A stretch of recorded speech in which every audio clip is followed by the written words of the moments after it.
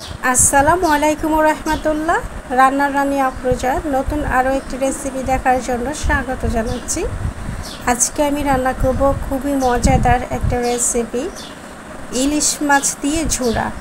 তো আমি দুটো ইলিশ মাছ ফ্রিজ থেকে নামিয়ে নিলাম যে ভুনা করব। তারপর দেখলাম মাছগুলো কাটতে গিয়ে মাছগুলো নরম, কিন্তু যখন ফ্রিজ থেকে নামিয়েছিলাম মাছগুলো তাজাই দেখাইছে।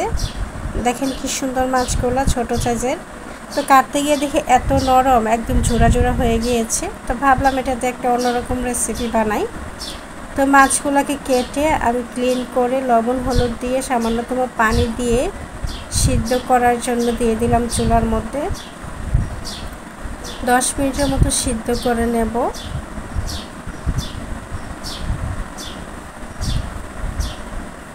এবার আমি চুলাটা অফ করে ঠান্ডা করে নিয়ে আসলাম। বড় বড় কাঁটাগুলো আমি বেছে নিচ্ছি, যেহেতু ইলিশ মাছ প্রচুর কাঁটা, তো সব কাঁটা বাছা সম্ভব না। আমি বড় বড় কাঁটাগুলো শুধু বেছে নিচ্ছি।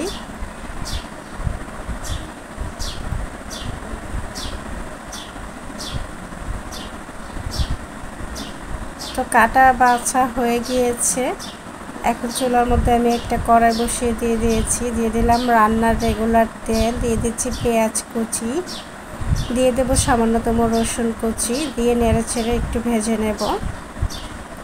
খানিকটা ভাজা হয়ে গেলে আমি মাছগুলি দিয়ে দেব, কারণ মাছ আর পেঁয়াজ একসাথে ভাজা ভাজা হবে, তাই পেঁয়াজটা বেশি ভাজলাম না। একসাথে দিয়ে নেড়েচেড়ে এখন দিয়ে দিলাম স্বাদ মতো লবণ, কারণ সিদ্ধ করার সময় আমি লবণ দিয়েছিলাম, এখন কম দিয়েছি। দিয়ে দিলাম 1 চা চামচ পরিমাণ হলুদের গুঁড়া, 1 চা চামচ পরিমাণ মরিচের গুঁড়া, আধা চামচ পরিমাণ ধনিয়া গুঁড়া, দিয়ে নেড়েচেড়ে মিক্স করলাম। আর ফ্লেভারের জন্য দিয়ে দিলাম 2টা কাঁচামরিচ, দিয়ে নেড়েচেড়ে খুব সুন্দর করে একটা ভাজা ভাজা করে নেব। এভাবে আমি অন্যান্য মাছ দিয়ে ঝোড়া করি, ইলিশ মাছ দিয়ে করি না, আমার শাশুড়ি করত। আমি নিজের হাতে এই প্রথম রান্না করলাম ইলিশ মাছের ঝোড়া। তো যাই হোক, রান্না করি আর ভাবতেছিলাম যে খাবারটা খেতে পারবো কি না। অনেক টেস্ট হয়েছিল রান্নাটা, একটু ফালানো যায় না, ভাবছিলাম ফালানো যাবে, সবটাই খাওয়া হয়েছে আলহামদুলিল্লাহ। আবার রান্নাটা কমপ্লিট হয়ে গিয়েছে, ধনিয়া পাতা দিয়ে নেড়ে চেড়ে আমি উঠিয়ে নিচ্ছি।